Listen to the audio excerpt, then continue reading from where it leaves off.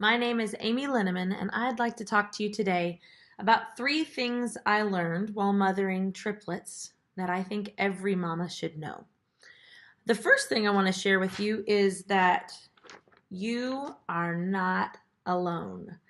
Um, if you are a stay-at-home mother, which is the topic I was asked to cover in this little clip, you may feel as though not being alone is your natural state of affairs. You never get to go to the bathroom alone. You never get to take a shower alone. People are always with you.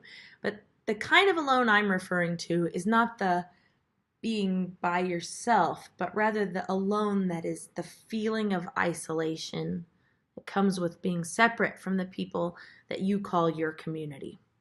Often for stay-at-home mothers, that simply means other adults. I know that even after I had my first child and radically shifted my life from an active, viable, communal existence to a completely isolated, cocooned, housebound existence with my little girl, I was so starved for adult conversation that if I saw 2 religious missionaries of any denominational affiliation, I would fling open my door, stand on the porch with 2 cups of water, and just wait desperately, thirsty for any kind of interaction where I got to discuss ideas. I wasn't being converted by anybody, but I really did appreciate the conversation. Super grateful for those missionaries and super grateful for those conversations because I felt utterly alone. By the time my triplets came home, I had graduated from someone who felt housebound to someone who was out and about all the time, going places. I wasn't a stay-at-home mom. I was a very out and about mom. I was better mothering in public, maybe because of the accountability of strangers looking over my shoulder. But I felt more alive when I was out doing things with my kids. So that's what I did. Man, that was not possible with 3 tiny babies. Now, granted, I developed some mad skills during that period. I can feed 3 small humans and consume an entire chocolate chip cookie off my left shoulder simultaneously. Like, I have 1 baby with my knee, 2 with my hands, eat the cookie. Totally possible, mad skills. I could, if necessary, in a pinch, hold 3 babies in my arms, push a grocery cart with my hips, and tote a 6-year-old and a 4-year-old on my right and left legs respectively through Sam's Club. Mad skills. But I felt so utterly alone. So isolated. So, in my isolation, I began to look for some kind of community in adult conversation that wouldn't depend upon another human being. In other words, I turned my heart wholly to the pursuit of a conversation, ongoing conversation with God. During that period of absolute exhaustion and absolute isolation, I really did learn to hear His voice. Sometimes I didn't even have the courage to pray for daily bread. I only asked for bread for the next 10 minutes, and I would turn to Him and say, "What shall I do next?" in my exhaustion, and He would reply, "Thumpkin." And so I would sing, "Where is Thumpkin? Where is Thumpkin?" And then at the end of the song, I would look up and say, "Now what?" And He would say, "Do you smell that?"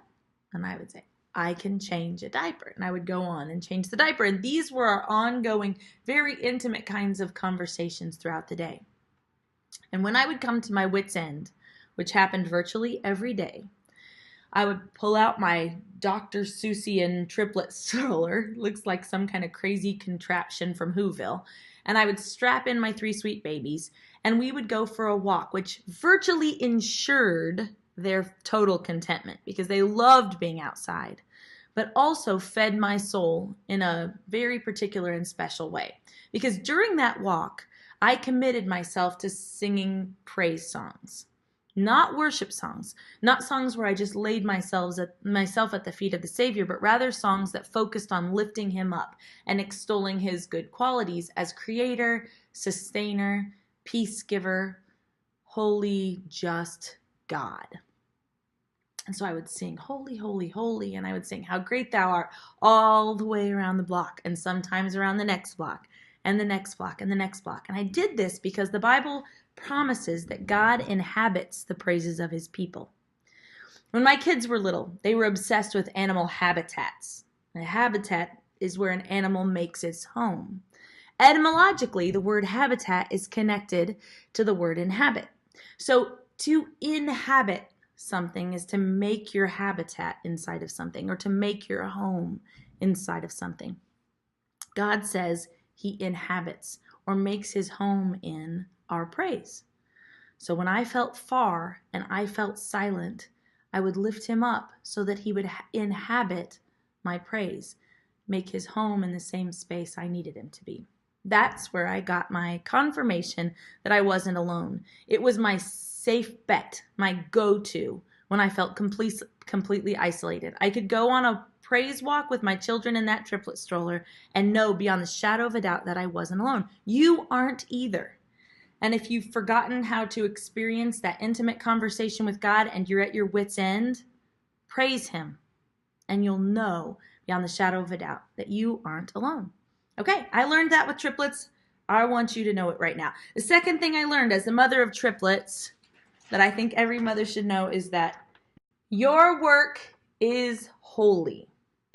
That needs to be remembered because as stay-at-home moms, sometimes our work feels very unholy. At the very least, we might call it mundane.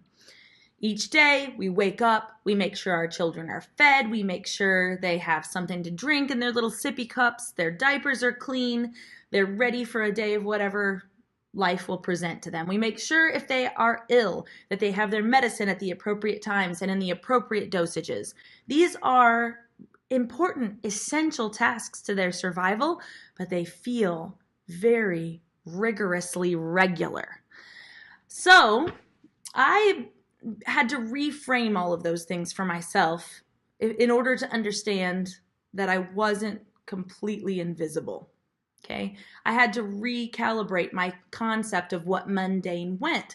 And I started to pursue the question of the meaning of the word mundane. And in a conversation with my mom, I realized the word mundane comes from the same Latin root as the word mundo in Spanish, which anybody who's taken Spanish 2 probably knows that mundo means world.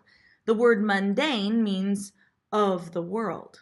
So boring and regular are extensions of what it means to do things that are basic and just of this world. I'm here to tell you that there is no task in this world that you can't render holy just by doing it for God. The changing of a diaper becomes a prayer.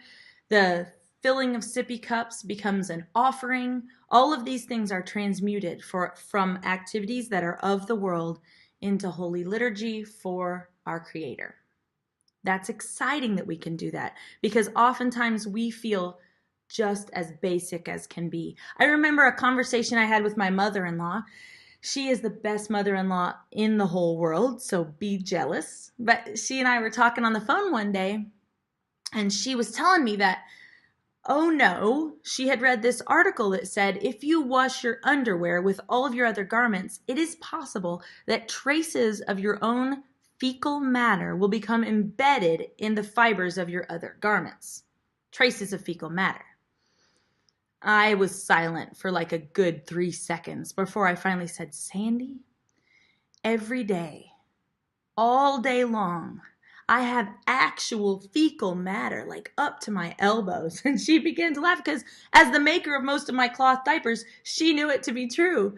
I am not worried about traces of fecal matter. I am covered in actual fecal matter. And let me tell you something. Being covered in other people's fecal matter can be a very, very lonely, lonely place. It can feel very of the world, very mundane to clean up other people's fecal matter. But I used to turn that activity into a prayer just as a mode of survival and pray for my children and talk to my children and use it as this really unique opportunity to care for people who really did need me every single hour of the day in the same way that I need the Father. These were my holy rituals throughout the day, and I can prove to you that they're sacred to our Creator as well. when Jesus is doing the unique parable about the sheep and the goats and the separating of people for the purposes of an eternal heaven with him, he describes those qualities that distinguish the heaven-bound, eternally minded people. And they sound like this. I was hungry, and you gave me something to eat. I was thirsty. You gave me something to drink. I was a stranger, and you took me in. I was naked, and you clothed me. I was sick, and you took care of me. I was in prison, and you visited me. All day long, if you're a mama, you're feeding the hungry. You're clothing the naked. You're giving water to the thirsty. You're caring for the sick. If necessary, you're visiting those in prison, but let's hope that it doesn't come to that. But all of those other activities add up to the very description of a most holy liturgy by our Savior. In fact, a description of those activities that line the threshold of heaven itself. So I was encouraged by that fact because my life felt very invisible.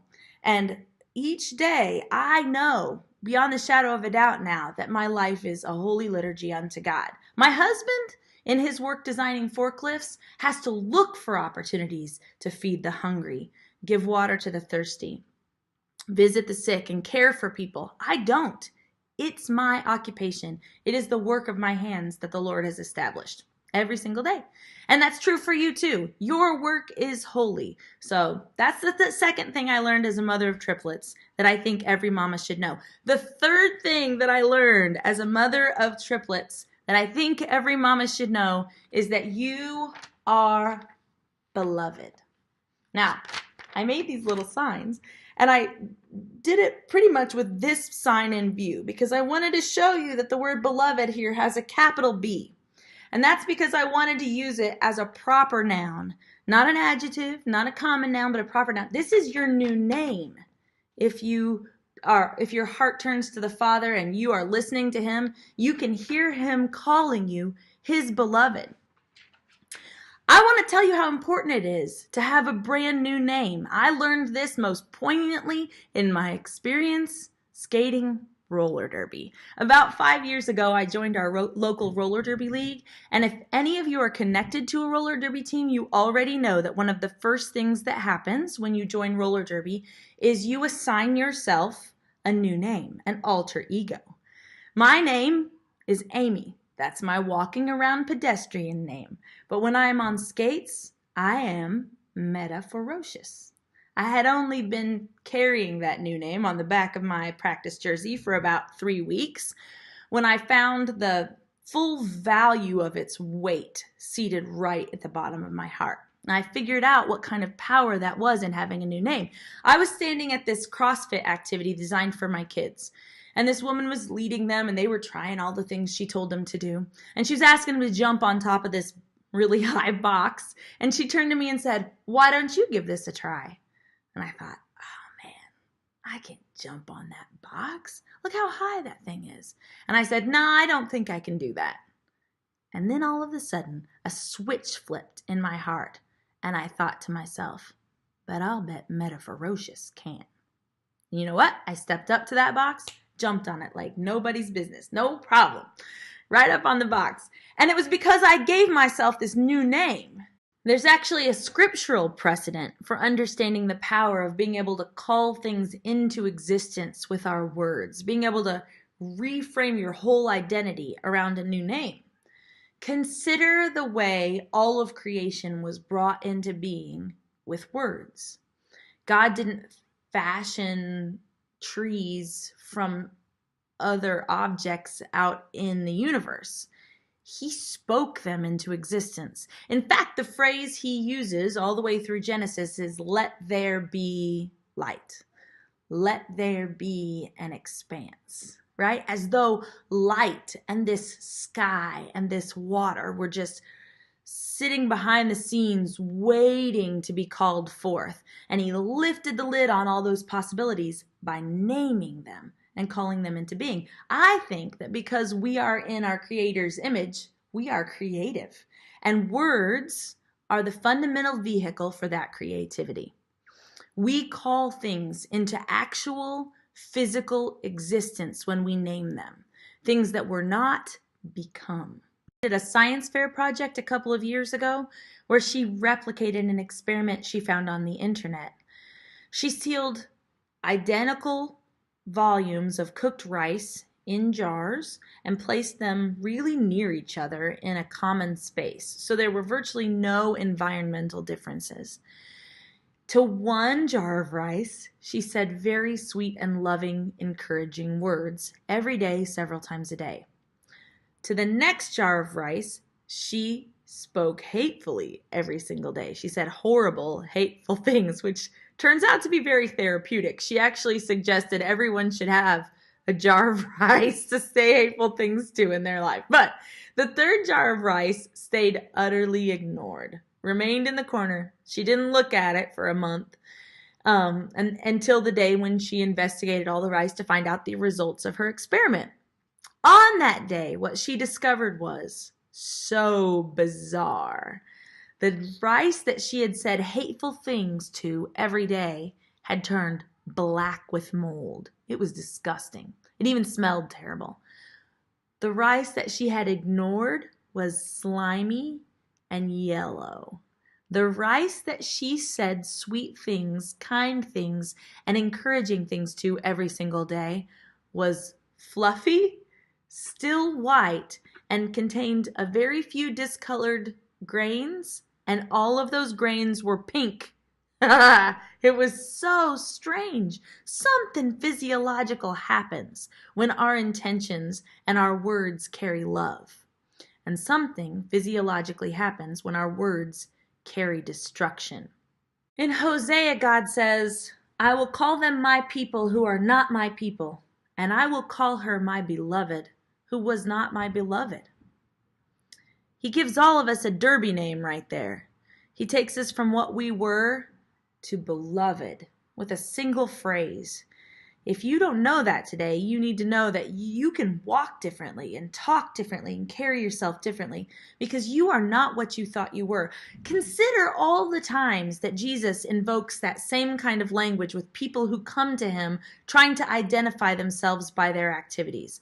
I am an adulteress. I am a Pharisee. I am a tax collector. I am fill in the blank. And Jesus looks him straight in the eye and says, no. You are beloved. That's a transforming word. That's fluffy pink rice right there. That changes absolutely everything. I had a mothering experience that taught me the real power behind language and words that I speak to myself. It's clear every day that the words I use to speak to my children either imbue them with life or destruction.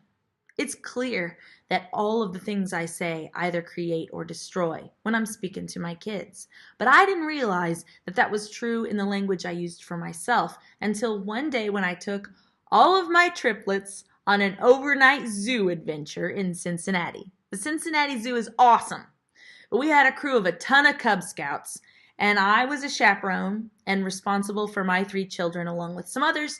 And we stayed overnight, and then we were supposed to wake up and be full of energy and hiking around this zoo experiencing the animals. We stayed overnight, but when we woke up, we were not full of energy. We had slept in like the herpetology area with all these snakes, which was less freaky than it sounds, but still not comfortable. And nobody slept well. Consequently, my triplets at 5 years old or 6 years old were running around just, I want ice cream, and I don't want to see the lion. The lion is boring. And oh my word, it was just driving me absolutely crazy. And as a transracially adoptive mother of triplets, I'm always on display. So I was the zoo. I was walking around, everybody staring at me. And I just remember finding ourselves in the aquarium building. I probably remember it because aquariums are real freaky if you're a mother of multiples. You got dark rooms and kids running everywhere, and you're just like trying to keep them from getting abducted. Well, we kind of finally landed ourselves on a bench in front of this big manatee display. And I had kids curled up against me because we just needed a little break. And I had a baby in my arms.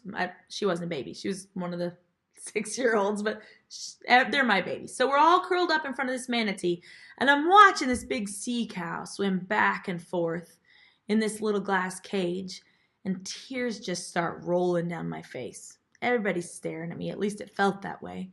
And I just kept connecting with this manatee, thinking, you didn't know you were choosing to be in a cage. You didn't know you'd just be swimming back and forth and being stared at by everybody the day you got captured. It just happened to you, didn't it? And I'm connecting to this big manatee. And all of a sudden I realized that the narrative I was telling myself was pretty destructive, and that I could reframe that narrative using language.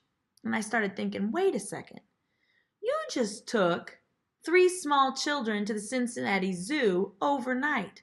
They saw a sloth, they saw some lemurs and some primates. Their whole view of the world has changed because of what they've experienced today. Things are different. You didn't yell at them. You felt like yelling at them. You made it. Everyone's here, and by this point, all asleep right on their mama, so I'm not going anywhere for a while. Everybody's here. Everybody's alive. Everybody's asleep. Everybody has shoes on. I'm pretty baller, actually. And my head kind of did a swagger. And suddenly the people who were looking at me did not see a woman crying for shared empathic pain with a manatee. They saw a baller mama with her 3 babies getting through the day. And that all changed because of the language I used about myself, to myself, to describe how I fit and what my life meant. You're baller. In case you need to be told today, you're not alone. Your work is holy. You are beloved. And you're pretty baller.